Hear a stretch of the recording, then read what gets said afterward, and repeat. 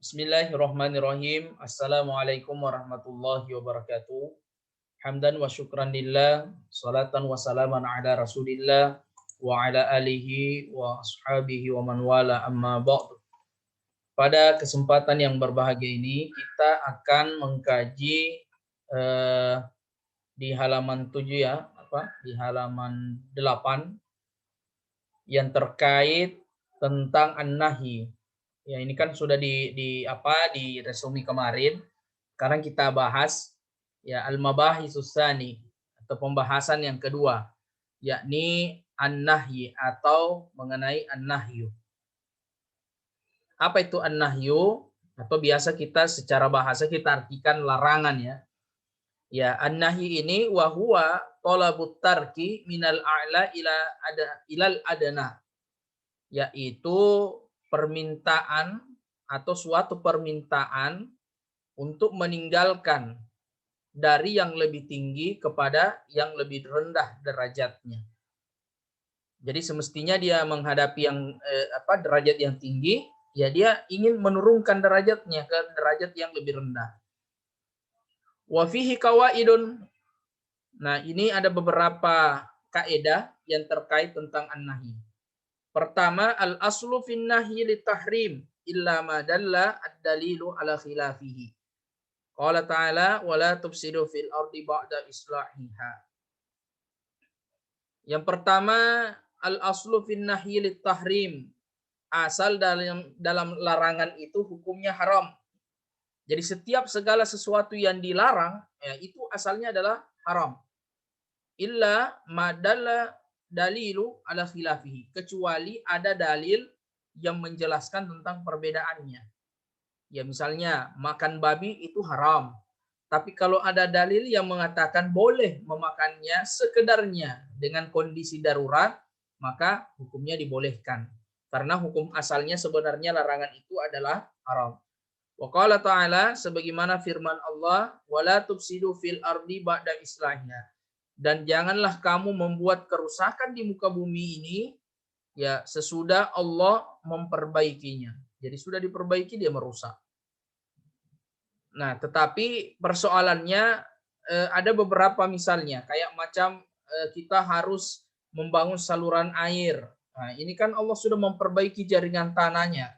Kemudian ada orang yang misalnya merusak tanah itu dengan tujuan kemaslahatan, ya itu sah-sah saja. Ya selama dia memikirkan dampaknya atau akibatnya.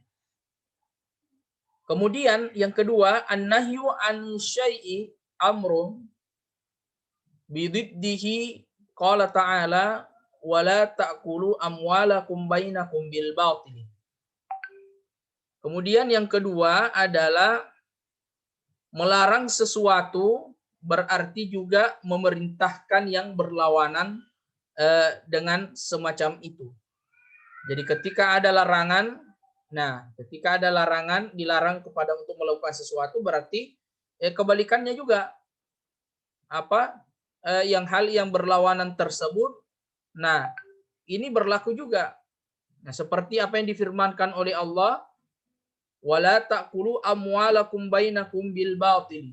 Dan janganlah kamu atau janganlah sebahagian dari kamu memakan harta sebahagian yang lain di antara kamu dari jalan yang batil. Artinya ada larangan untuk memakan harta yang batil ya, artinya dari jalur yang tidak jelas. Nah, kalau kita lihat kaidahnya yang mengatakan melarang sesuatu berarti juga memerintahkan yang berlawanan. Artinya kita dilarang untuk memakan harta dari jalur yang tidak jelas atau jalur yang batil, otomatis kita hanya diperintahkan untuk memakan yang dari jalur yang halalan thayyiban. Nah, itu maksudnya. Jadi berlawanan ya. Lawanannya nahyu berarti al-amr atau perintah. Kemudian al-aslu fin nahyi yadullu ala fasadi al-manhi. Ya, al-manhi anhu fil ibadati kas-salatil haidi wa shaumiha. Kemudian yang ketiga, asal dalam larangan itu menunjukkan pada kerusakan perkara. Ya, al-aslu fin nahyi yadullu fasad. Jadi pada dasarnya larangan itu menunjukkan fasad, ya kerusakan. Al-manhi yang dilarang. Ya, al-manhi anhu fil ibadati, yang dilarang dalam persoalan ibadah. Misalnya seperti sholat ya bagi orang yang haid dan melakukan puasa. Ya, kita ulang ya. Al-asli fin nahyi, pada dasarnya larangan itu ya dulu ala fasadin. Itu menunjukkan sebuah hal yang fasad ya, artinya kerusakan perkara. Ya, seperti misalnya sholat bagi orang yang haid. Artinya orang yang haid ini dilarang untuk melakukan sholat. Ketika dia lakukan sholat itu namanya fasad. Yaitu artinya rusak sholatnya. Wah, begitu pula dengan puasa. Jadi memang kewajibannya adalah melakukan puasa, tapi ketika datang bulan itu tidak berlaku sholat dan tidak berlaku hukumnya dengan puasa.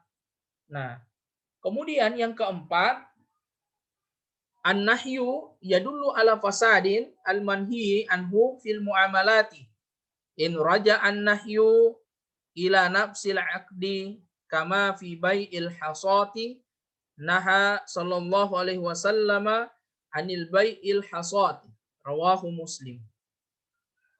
Nah, di sini dijelaskan bahwa an-nahyu yadullu ala fasadin, bahwa larangan itu menunjukkan pada kerusakan perkara. Ya, kerusakan perkara apa yang dilarangnya ya fil muamalati, yakni dalam persoalan muamalah. Kalau tadi dalam persoalan ibadah, ini persoalan muamalah. In raja'an nahyu, ya, sampai atau jika larangan itu menunjuk pada zatnya, ya, ila nafsil akdi, jika ini menunjukkan kepada zatnya ya, atau akadnya, ya, seperti misalnya fi bai'il hasati, ya, misalnya baitul hasa, apa itu artinya? Itu baitul hasa ini kaitannya dengan persoalan jual beli ya.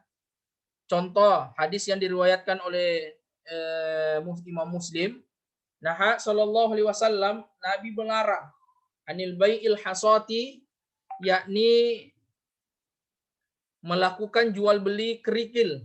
Aduh, ini berat juga ini. Nah, kenapa jual beli kerikil ini dilarang? Jadi bukan istilahnya batunya ini ya, yang persoalannya ini adalah akadnya. Misalnya, ada akad yang kurang jelas. Saya jual batu kerikil, satu biji itu harganya 50.000. Itu kan kalau kerikil yang mau dihitung itu jumlahnya banyak sekali. Nah, itu makanya ini hal tersebut itu dilarang. Kenapa? Karena tidak boleh istilah jumlah per satunya, tapi harus jumlahnya per kubik ya. Dan itu harus jelas. Ya, misalnya ada bongkahan batu ya. Bongkahan batu besar, lalu itu mau dijadikan kerikil. Misalnya kita mau jual. Kalau dalam bongkahan batu itu belum bisa dijadikan alat untuk dipakai jual beli. Tapi kalau itu sudah dipecah menjadi kerikil, itu boleh. Nah, kenapa? Karena kan istilahnya bahan mentah. Kita tidak tahu berapa hasilnya setelah dipecah itu kan batu tersebut. Apakah cukup 1 kubik atau tidak? Sedangkan akadnya menunjukkan 1 kubik misalnya. Taruhlah misalnya saya mau beli batu kerikil 1 gerobak, ya 1 gerobak. Tetapi masalahnya kerikilnya ini belum ada, baru istilahnya bongkahan batu. Kata penjualnya, sudah kok ambil batu itu, nanti kita pecahkan. Ya iya, kalau batu itu cukup atau bahkan lebih dari 1 gerobak, bagus. Tapi kalau kurang dari 1 gerobak, nah itu rusak. Ya, fasadul anmanhi itu rusak. Ya, nah inilah yang dimaksud bahwa an-nahyu yadullu ala fasadi al-manhi anhu fil muamalat. Jadi terkadang dalam persoalan muamalah itu juga rusak ya. Kemudian berikutnya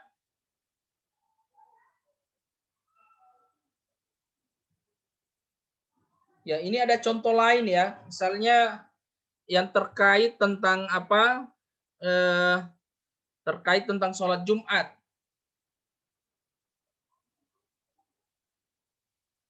Wa in raja'a ila amrin kharijin anil aqdi ghaira lazimin fala kama fi bai'i waqtin nida'il jumu'ah. Nah, kecuali ini mungkin dalam persoalan apa namanya? Persoalan sholat Jumat ya. Misalnya sementara sholat Jumat mau ditegakkan, mau didirikan, kemudian masih terjadi transaksi, itu transaksinya boleh dibatalkan. Ya, dikarenakan ada hal yang urgen yaitu melakukan sholat Jumat. Ya, sebagaimana firman Allah, "Idza nudiya lis-sholati min yaumil jumu'ah fas'au ila dzikrillahi wa dzarul bai'." Memang ada larangannya. Ya, kita disegerakan oleh Allah untuk mengingatnya, wa dzarul bai' dan meninggalkan jual beli. Nah, kemudian berikutnya ini ada persoalan am ya.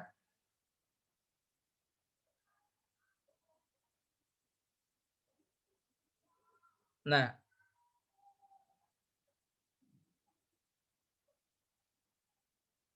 lil ikhlali bisai wal ujubi ila jumu'ah. Ini ada penjelasannya tadi ya tentang wazarul bai ini. Nah, ini maksudnya adalah ini dikarenakan mengganggu dalam usaha ya untuk melakukan kewajiban sholat Jumat. Jadi dahulukan dulu sholat Jumatnya karena hukum sholat Jumat itu kan wajib. Ya, sedangkan jual beli ya hukumnya ya mubah, artinya sewaktu-waktu kita bisa ganti di waktu-waktu yang lain, ya bukan pada saat hendak melakukan sholat Jumat. Jadi larangan ini ditunjukkan yang menunjukkan apa sebuah fasadul al-manhi. Artinya ada kerusakan dalam persoalan muamalah. Dan ketika larangan itu berlaku ya konsekuensinya pasti ada cacatnya, ada kerusakannya. Berikutnya ada pembahasan fil ami atau sesuatu yang dihukumi am ya, artinya umum ya. Apa itu yang diistilahkan am? Wa huwa ma'amma syai'aini fasaidan min ghairi hasrin. Nah, di sini dijelaskan am itu adalah sesuatu yang meliputi dua perkara. Sesuatu yang meliputi dua perkara atau lebih dan tidak mempunyai batasan. Jadi tidak mempunyai batasan min ghairi hasrin. Tidak mempunyai batasan lafaz-lafaz yang menerangkan tentang am. Wal alfazi al maudihati lahu arba'atun. Dan lafaz-lafaz yang menunjukkan atau menerangkan tentang am itu ada 4. Yang pertama al-ismul wahidu al-ma'rufu bil lam. Nah, yang menunjukkan isim apa namanya? Isim yang menunjukkan satu ya. Al-ismul wahidu al-ma'rufu bil alif lam. Bil lam. Nah, isim mufrad yang dita'rifi dengan alif lam ya atau dikenal dengan memakai alif lam. Jadi kalau ada kalimat isim dia memakai alif lam, maka itu termasuk lafaz yang namanya lafaz am ya atau umum. Qala ta'ala sebagaimana firman Allah, innal insana lafi khusrin illal ladzina amanu. Sesungguhnya manusia itu benar-benar dalam kerugian kecuali orang-orang yang beriman. Kita lihat redaksinya. Di sini pakai al-insan ya. Al-insan berarti manusia ya secara umum. Manusia siapa aja tanpa melihat apakah dia orangnya misalnya Islam, apakah dia orangnya Kristen, ya, Hindu, Buddha dan lain sebagainya. Yang jelasnya yang namanya manusia lafi khusrin pasti akan ada waktu di mana dia akan merugi. Ya, illal ladzina amanu kecuali orang-orang yang beriman. Ya, ini yang dimaksud dalam ayat ini. Jadi penggunaan alif lam di sini ini berlaku umum, tidak hanya terbatas untuk umat muslim saja, tetapi di luar dari kaum muslimin itu juga berlaku. Kemudian yang menunjukkan keumuman atau yang menunjukkan am wa ismul jam'i al ma'rufu bil lam, yakni isim jamak ya atau isim yang berbentuk jamak yang dikenali dengan memakai huruf alif lam ya, bil lam. Ya, misalnya qala ta'ala innallaha la yuhibbul muhsinin. Sesungguhnya Allah mencintai orang-orang yang muhsin atau menyukai orang-orang yang muhsinin. Ini muhsinin adalah bentuk jamak jamak dari kata muhsin, dari kata hasanun, ya jamaknya muhsinin atau muhsinuna. Ya, kenapa disebutkan istilah muhsin di sini? Nah, ini berbentuk umum. Kenapa dikatakan berbentuk umum? Karena ada alif lamnya. Kemudian wala fin nakirati, dan juga tidak terdapat dalam nakirah.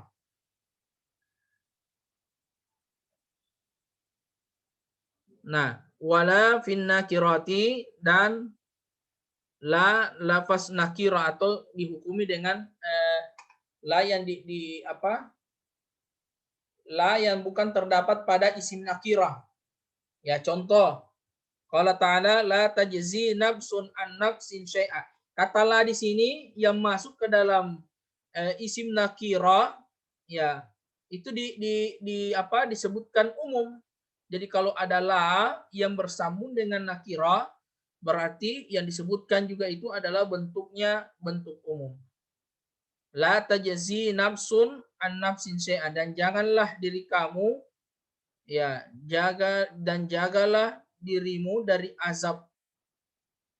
Oh, ini contoh lain ya, saya. Iya. La tajzi nafsun an nafsin syai'a. Jadi kata la di sini ini bermakna apa namanya? Bermakna umum ya, yang menunjukkan keumuman. Kemudian wal asma'i al mabhamati.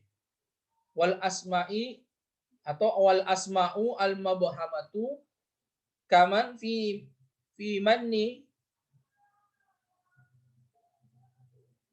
Ini apa ini? Kaman fi mayyakuli. Ya. Atau isim yang istilahnya menunjukkan mubham ya.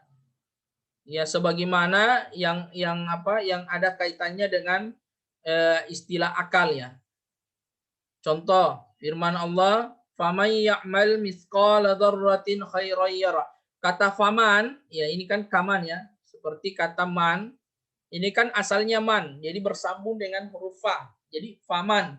Faman ya'mal, barang siapa yang mengerjakan sebuah amal perbuatan, baik itu sekecil zarrah, ya apakah itu berupa kebaikan, maka Allah yarahu akan membalasnya, memberikan balasan kepadanya.